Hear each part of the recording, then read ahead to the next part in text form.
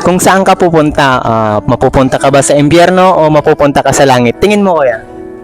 Sa langit, pero Kasi siya lang yung makakaligtas sa atin. Yan. So, ang tanong ngayon is, gusto mong maligtas ading? Gusto mong mapunta ng langit? Yan. Kayo gusto niyang makapunta ng langit? Ganito na lang, ipag-pray ko kayo. Yan, pag-pray lang. Wala na kayong dapat sagutin. Yan. So, uulitin ko, yung kaligtasan natin is hindi dahil sa mabuti tayo, hindi dahil sa palasimba tayo.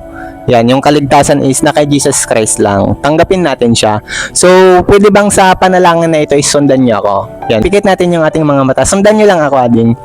Lord Jesus, patawarin niyo po ako sa lahat ng aking kasalanan.